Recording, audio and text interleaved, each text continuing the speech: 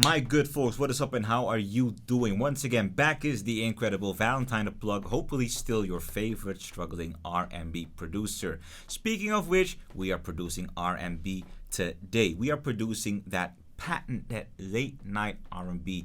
I got a dope and accessible chord progression, which not only can I wait to break down, but I actually feel confident about teaching you the little intricacies of music theory that I try to apply in this chord progression. So y'all sit tight, enjoy the preview, and once we get back, I'm gonna be giving y'all what hopefully I think is the sauce that I've been using that I can finally give to you. Let's get it.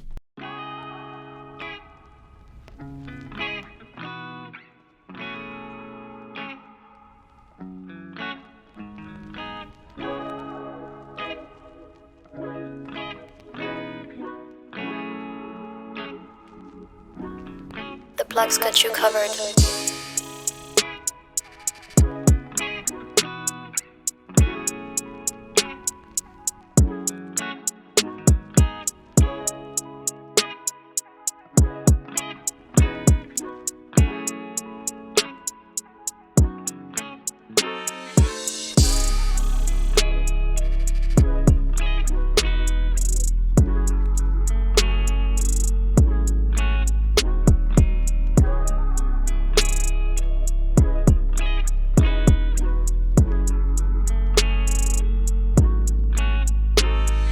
Okay, so I gotta keep it a stack with y'all. This is not a chord progression that I conceived, concocted, thought of myself. This is actually a chord progression that I've been hearing a lot in R&B, and I wanted to see what would happen if I tried to take that chord progression and flip it Valentine the Plug style. Anyways, that chord progression goes C minor knife with an upstroke.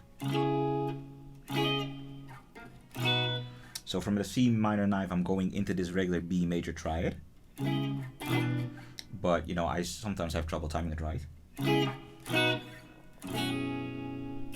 Then I hit this beautiful F sharp minor ninth here on the second fret.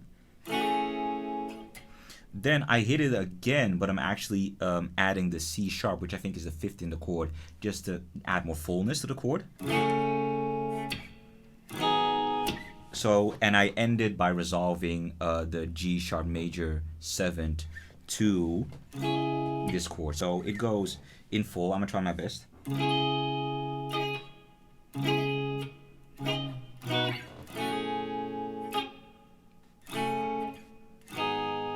And then we go back to the beginning again.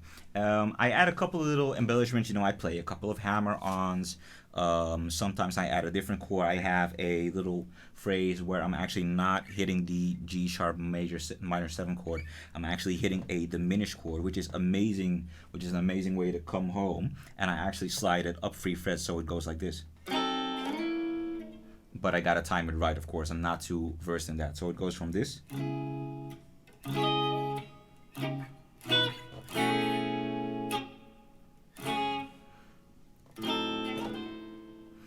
So you just got to hear it in the sample, you know, just to get the full idea. But let's head into piano roll. Beautiful folks, welcome back into FL Studio. Let's get right down to business. Let me just repeat the chord progression for y'all. Y'all can see it, of course. C sharp, minor ninth, B major chord, F sharp, minor ninth, F sharp, minor ninth, lands on a G sharp, minor 7, and we are back to that F, C sharp, minor ninth. So why does this work?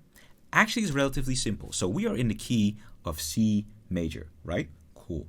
And if you're a little bit versed in music theory, you know that every note in the scale is designated a number. The first note in the scale is number 1, second note is number 2, third note is number 3, of course, and it goes into logical succession until you reach the 7th note, after which you just repeat back from 1, right? Cool. So that also means that every chord built on that note that has a number carries the same number. So that's why the C minor chord is the first chord in the key of C minor. You get me? So we know that if we want to go to the second step, we have to go to this D sharp, right?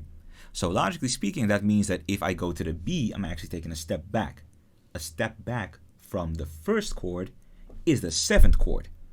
So I'm going from the first chord to the 7th chord, from a C sharp minor ninth to a B major triad. Cool. I decided to go even further than that. I decided to take a lot more steps back. I'm going past the sixth, I'm going past the fifth, I'm landing on the fourth. And the cool thing is that the distance between these two root notes is 5 semitones, and 5 semitones is a perfect fourth, and that is one of the most pleasant intervals to listen to. So that's why this works so well. That's why this sounds so fucking pleasant. Cool. So we landed on that F sharp minor ninth chord. We need to find our way home because we want to get back to that C minor ninth chord. Cool. Now this is actually easy because if you know what your target chord is, it makes it easier to find a chord in between to stick the landing. So that's why I decided to go 2 semitones up and I reached the fifth chord. Because one rule that you need to remember, no matter in which scale you're working, it is always good to resolve to the first chord using the fifth chord. The fifth chord is the dominant and the first chord is the tonic. You can always resolve to the tonic using the dominant. However, let's look ahead just a little bit. You can also resolve to your first chord using diminished chords, and diminished chords are an amazing way to resolve to your first chords, especially if they're minor chords. They work amazingly well. So you can see here that here I ended my phrase with the dominant chord, not a dominant 7 chord, but the dominant chord in the scale. Here I decided to do something else. I decided to go for a diminished chord. So I got this C diminished 7 chord and I got this D diminished 7 chord. And the cool thing is they share 3 notes, so they're almost practically the same chord. It's just that the root note and the 7 are different. But if you slide them up on the guitar, you get this amazing cool tension-filled sound, and that's how I close this phrase. Now back to this one just a little bit. I just want to give you a lot of sounds, trust me.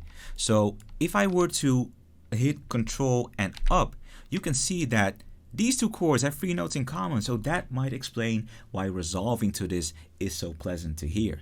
And that pleasant resolving, that is important in R&B. You can also choose for tension. So here I have a logical way to end it. Here I choose for tension, and you can combine both in your R&B chord progression, beauties and cuties. Alright, so we've got our piano and our guitar in order, and right now the sample sounds kind of like this. Hold on.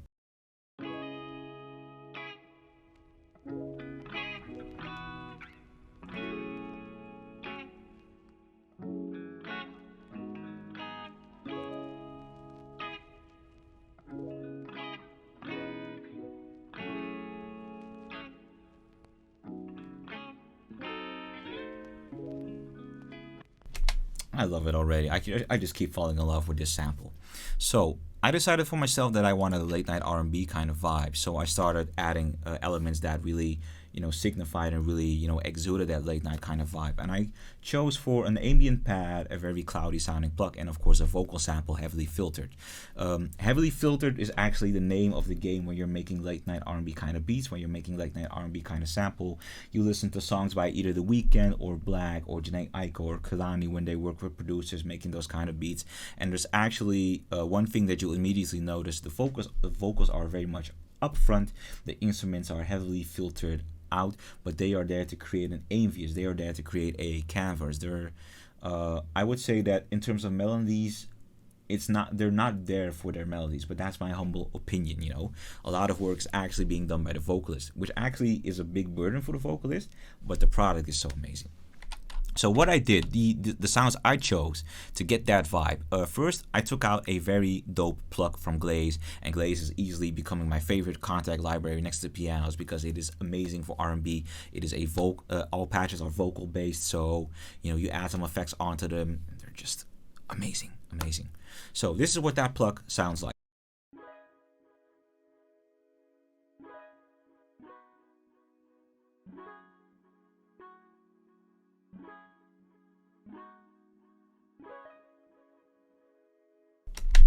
So that Pluck kind of signified where I wanted to go. So what I had at that point was this.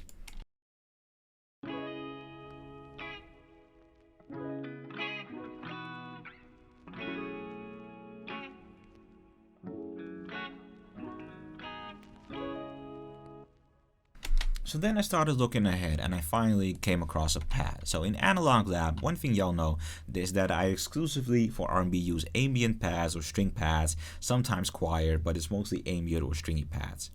I sent that to a mixer track where I of course added a very big cut in terms of EQ. I added chorus and phases, you know, double the effects, make them wider, make them more apparent. I added a lot of the pumping effects in Shaper Box, and I think I'm gonna turn up the pan as well because I do want that pad to be very active actually in terms of how it moves when it goes away, and of course some granular delay echo synthesis for some sounds. So this is what the sample sounds like right now.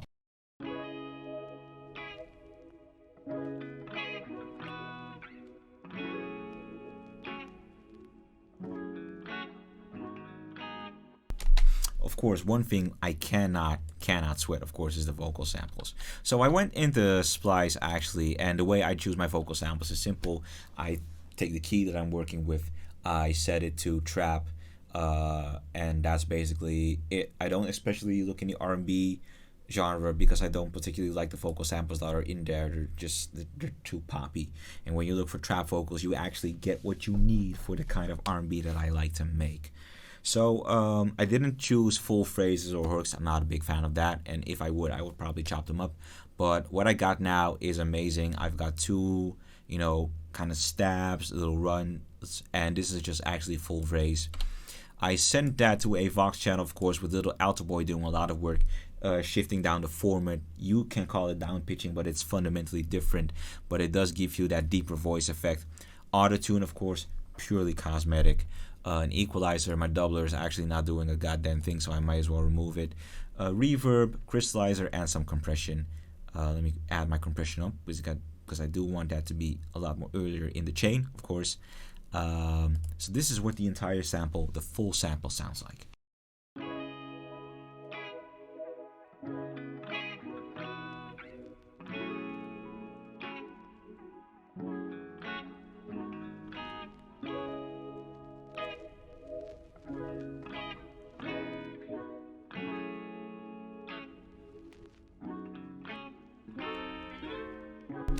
And that's how you make a sample. That's at least how I make a sample.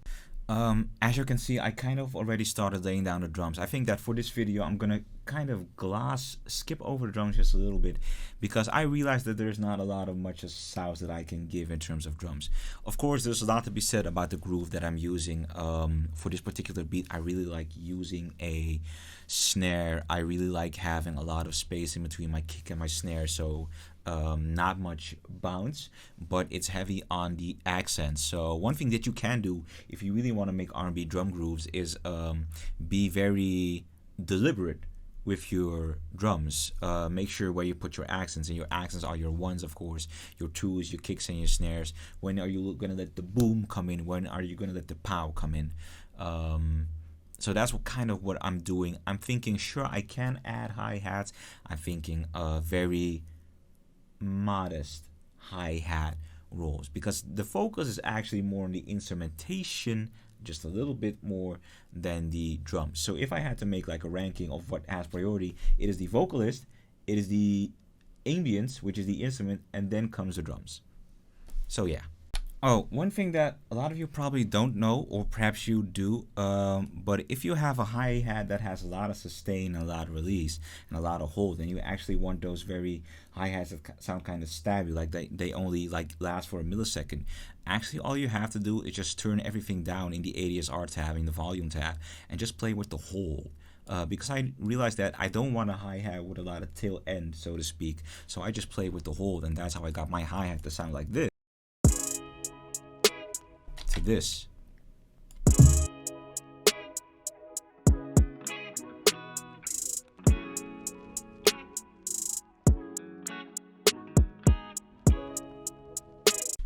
So last but not least, and that's actually when I think the beat is kind of done actually.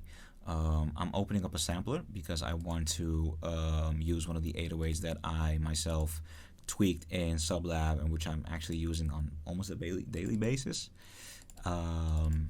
Which I think recordings.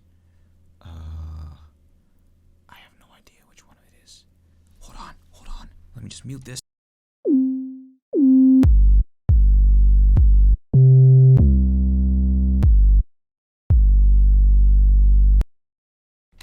I think I got it. Yeah, and I'm also going to open Omnisphere because I want my pattern and growler move bass just to add that to the part where I think the hook is. You know what? Maybe we're not done. Maybe I'm going to talk a little bit about structuring the song next.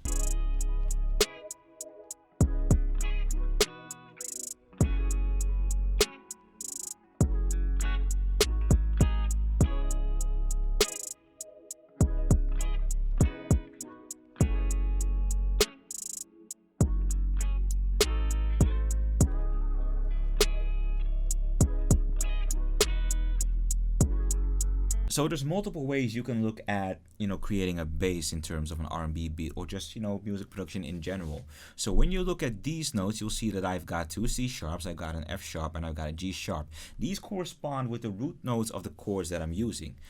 So I basically built my bass around the root notes. But if you actually look at it more intricately, they are actually the first in the scale, the fourth, and the fifth. So the 1, the 4, and the 5. The tonic, the people call it the subdominant and the dominant. The subdominant is the key, is the note or the chord leading into the dominant. So that's exactly the kind of movement that I got going here. That's exactly the kind of movement that I have going into my chord progression. So I'm kind of replicating it. So an easy way out is to just follow the root notes. But if you look at it more intricately in terms of what's happening in the scale, you'll start to understand the scale a lot more better. So I just wanted to share this with y'all. This is the pattern that I'm going to be using for the Reese bass. And I think all I really need is this pattern with the long sustained notes, which I am deliberately going to be placing right here. I'm going to be taking out the drums, and then this is going to happen.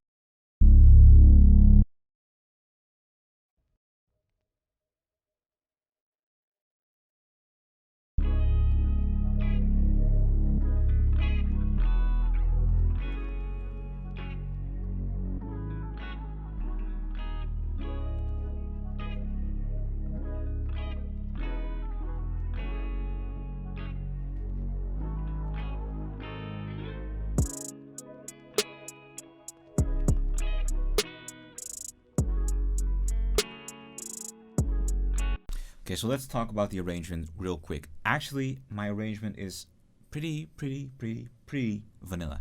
It's really basic. So basic 8-bar intro in which I gradually introduce the main elements that comprise the sample. So it starts off with the guitar and the vocal sample, and then in the second half you get the guitar, the pluck, and the pad. Having been introduced, you are going into the beat, but I'm not giving you the bass just yet. I'm not giving you that low end just yet. All you get is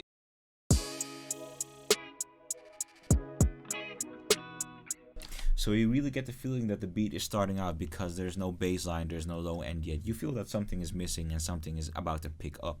So in the second part of the verse, it is indeed picking up. I'm introducing you to the bass. And while things may seem a little bit repetitive, I'm actually introducing a lot of variation by taking elements, giving them elements, taking them away to make sure that no part is the same. And when you consider the fact that I have 3 different sets of vocal samples, I'm actually introducing a lot of variation already. So here in the hook, I'm actually introducing y'all to another thing that I took away. The pluck is actually, and the drums are missing.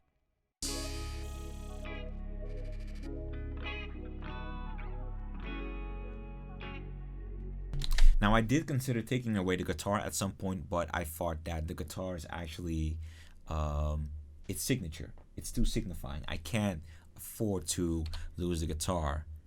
So no, I'm not taking out the guitar just yet. And that's basically my arrangement. It's just a lot of it is based on taking away stuff. I could have introduced some automation because I am losing a lot of effects. I may come back to the beat and do that, but right now I feel the beat is fine as it is. Also, please do not sleep on your transition effects, stuff like this. You need it, honestly, to signify that you are that the listener is entering a new part of the song. You really need that. Now, this was a longer video than mostly because I had a lot of fun explaining this stuff to you, and mostly because I do want to be able to give you something instead of me just cooking up a beat, because I imagine that is boring at the time, and a lot of you have been asking more questions about how I make my stuff. So I do hope that I managed to give y'all the insight that you need to be able to produce some R&B, at least whether about the scales, how they work, how you can use the different degrees to just construct cool chord progressions. And I've said it before, but music theory is not the rules of music, it's the logic behind it. And when you know the logic, you can operate, you can search for the limits of that logic, and then you can start defying that logic, which is where the most from comes from. So with that being said, beauties and cuties, beautiful people, thank y'all for tuning in, watching me do my thing, listening to me rambling. I hope to see y'all in the next video. I hope y'all enjoy this beat and this dope late night R&B beat. If I had to pick an artist on this beat, I honestly have no idea. But let's just call it a late night R&B beat for now. All right, y'all be easy. Peace.